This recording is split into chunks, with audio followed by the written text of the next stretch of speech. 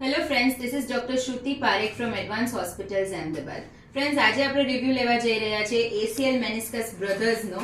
બંને ભાઈઓ છે અને 28 નવેમ્બરે એ લોકોનું એસીએલ રિકન્સ્ટ્રક્શન એન્ડ મેનિસ્કસ રિપેરની સર્જરી કરેલી છે એડવાન્સ હોસ્પિટલમાં. આવો જાણીએ બંને પાસેથી કે એ લોકોની ઇન્જરીઝ કઈ રીતે થઈ હતી અને હવે એમને ઓપરેશન પછી કેવું છે. તો સંજયભાઈ, પહેલા જણાવો કે તમે કેવી રીતે અને ક્યારે આ ઇન્જરી તમને કેવી રીતે થઈ હતી, શું હતું?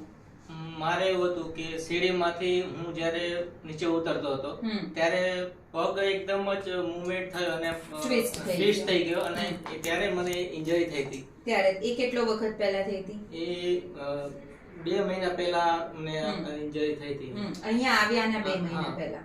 15 દિવસ કે મહિનો ગણી લો.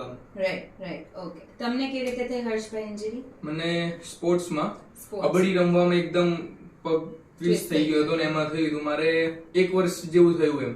વચ્ચે રમતા ને ત્યારે ગમે ત્યારે પગ ટ્વિસ્ટ થઈ જવાની બહુ એવી મનમાં બીક રહેતી એમ. જેથી લાગ્યું કે એક્સરે ને એવું કરાયું તો એમાં કઈ આવ્યું નહીં, પણ પછી મળતું નતું ને માટે એમઆરઆઈ કર્યું ને પછી આવ્યું કે ભાઈ એસીએલ ને મેનિસ્કસ કે બંનેનું ઓપરેશન કરાવવું પડશે. પરફેક્ટ. સો જ્યારે તમે એક્સરે કરાવો છો એમાં તમને કોઈ બોની પ્રોબ્લેમ નથી, તમે મેડિસિન્સ લો છો અને ફિઝિયોથેરાપી કરો છો છતાં બી તમને પેઇનમાં રાહત નથી હોતી, ત્યારે તમે એમઆરઆઈ કરાવો અને એમાં તમને સોફ્ટ સ્ટ્રક્ચર્સ ઇન્જરી નીકળે છે. એનું આર્થ્રોસ્કોપિક રિપેર કરીને આપણે સર્જરી કરી શકીએ છીએ. So basically first line of treatment will be x ray and immediately અગર પેઇન રિલીફ નથી તો એમઆરઆઈ. રાઈટ? એમઆરઆઈ કરવામાં બિલકુલ કચાશ ના રાખવી જોઈએ, ડીલે ના કરવું જોઈએ. ઓકે, પછી તમે લોકોએ અહીંયાનું રેફરન્સ કેવી રીતે મેળવ્યું? ગૂગલ દ્વારા મેળવ્યું. ઓકે, અને અહીંયા આવ્યા પછી એમઆરઆઈ જોઈને તરત સર્જરી માટે તમને રેકમેન્ડ કરી દીધું. તમે લોકોએ ઇમિડિયેટલી સર્જરી કરાવી છે? હા, એટલે અમે આવ્યા એટલે સરે રિપોર્ટ ને એવું જોયું અને એમાં પછી કીધું કે આમાં તમારે મેડિસિન થી તો થશે નહીં, ગમે ત્યારે આજ નહીં તો કાલ તમારે પ્લાનિંગ સર્જરી છે જ્યારે કરાવી હોય ત્યારે. એટલે પછી અમે સરને બતાવવા જ્યારે આયા એના પછી 4 થી 5 દિવસ પછીની તારીખ લઈ લીધી સર્જરી માટેની. સો જ્યારે બી તમને કોઈ સોફ્ટ ટિશ્યુ ઇન્જરી હોય અને તમે ફિઝિયોથેરાપી કરે જાઓ છો, બટ ફિઝિયોથેરાપી તમારા મસલ્સને સ્ટ્રોંગ કરે છે, તમારો જે લિગામેન્ટ અથવા તો મેનિસ્કસ ટેર થઈ ગયો છે કે કોઈ બી સોફ્ટ ટિશ્યુ ટેર થઈ ગયો છે એની જાતે ફિઝિયોથેરાપીથી હીલ થતું નથી. સો ઇટ્સ બેટર કે તમને સર્જરી રિકમેન્ડેશન આવે તો તમે તરત જ સર્જરીનું ડિસિઝન લઈ લો. ઇમરજન્સી સર્જરી નથી, પણ ડીલે કરવાથી ટેર વધવાની શક્યતા જરૂર રહે છે. ઓકે, તો પછી અહીંયા હોસ્પિટલ સ્ટે તમારો કેટલો હતો? 2 days. અને હોસ્પિટલનું એન્વાયરનમેન્ટ અને સ્ટાફ સાથેનો એક્સપિરિયન્સ કેવો હતો? Very good. અને ફિઝિયોથેરાપીની જરૂર કેટલી પડી? ફિઝિયોથેરાપીની જરૂર નોર્મલ, મતલબ ન કહેવા પ્રમાણે થોડીક પણ જરૂર નથી. મેડમ શ્રુતિ મેડમ જ્યારે અમને એ એક્સરસાઇઝ ને બધું બતાવતા એ પ્રમાણે અમે એક્સરસાઇઝ કરી છે તો અમને ફિઝિયોથેરાપીની થોડી પણ જરૂર લાગી. ફિઝિયોથેરાપિસ્ટ પાસે જવાની જરૂર નથી.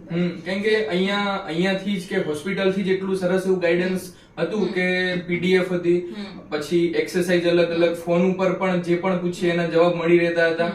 અને અમે જે પણ એક્સરસાઇઝ કરતા તો એનો પછી વિડીયો અમે મોકલતા અને એમાં કંઈક અચાસ હોય તો ફરીથી એ અમને રિકમેન્ડ કરતા કે ભાઈ આવી રીતનું નહીં આવી રીતનું કરો. જેથી અમને લાગતું હતું કે બહાર જઈને ફિઝિયોથેરાપીના જે 300 પર ડે નો ચાર્જ આપવો પડશે, પણ એ અમારે કંઈ જ ના કરવું પડ્યું. અમે ઘરે તો પેલા 1 મહિનો જ એક્સરસાઇઝ ઘરે કરી, કેમ કે ચાલી જ નતા શકતા અને પછી જવાનું ઈચ્છતા હતા પણ પછી એવું લાગ્યું કે ભાઈ બધું થઈ જ જાય છે, જરૂર નથી. એટલે પછી અહીંયાના હોસ્પિટલના જ ગાઈડન્સ પ્રમાણે કે અમે ઘરે જ એક્સરસાઇઝ કરીને રિકવરી કમ્પ્લીટ. રાઈટ.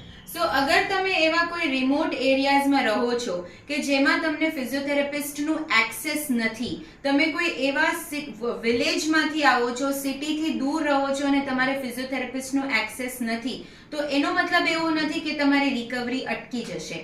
સર્જરી પછી તમને અહીંયાથી ફિઝિયોથેરાપીનું ગાઈડન્સ વિડીયોઝ સાથે આપવામાં આવે છે, જેથી કરીને તમે ફિઝિયોથેરાપી જાતે બી ઘરે કરી શકો છો અને આમના જેટલા રિકવર થઈ શકો છો. આવો આપણે આપણે બંને ભાઈઓને એક વખત ચલાવીને જોઈ લઈએ. એમને 3 મહિના થઈ ગયા છે. એમણે ઓલમોસ્ટ જોગિંગ સુધીનું તો ચાલુ કરી દીધું છે. રિહેબિલિટેશનના એ લોકો લાસ્ટ સ્ટેજમાં છે. હવેથી એ લોકો જિમિંગ બી સ્ટાર્ટ કરવાના છે અને 1-2 મહિનામાં એ લોકો સ્પોર્ટ્સ બી રમી શકશે. તો આવો ચાલીને જોઈ લઈએ. આવી જાઓ. બંને સાથે આવી જાઓ. બંને સાથે ને આ બાજુ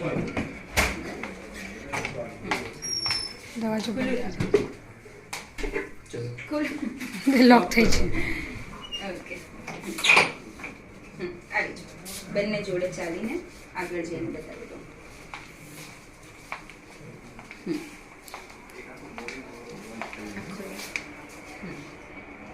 આવી જાઓ.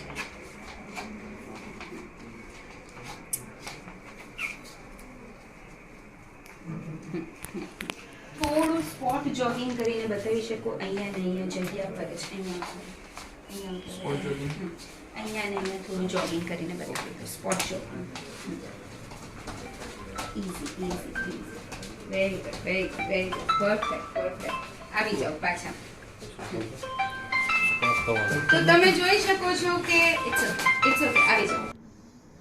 સો ફ્રેન્ડ્સ, તમે જોયું કે મારે તો એમને વોક જ કરાવવું હતું. એક વખત જોગ ટ્રાય કર્યું and they were like all normal. Jogging already બહુ જ સારું કરી રહ્યા છે. સો બેસિકલી એસીએલ મેનિસ્કસ સર્જરીનું રિહેબિલિટેશન સાથેની રિકવરી મેં તમને બંને પેશન્ટમાં બતાવી. બંને ભાઈઓ છે but almost same recovery, almost same rehabilitation બંનેનું ગયું છે and they are absolutely normal. We hope to deliver these kind of services throughout our life. Thank you very much.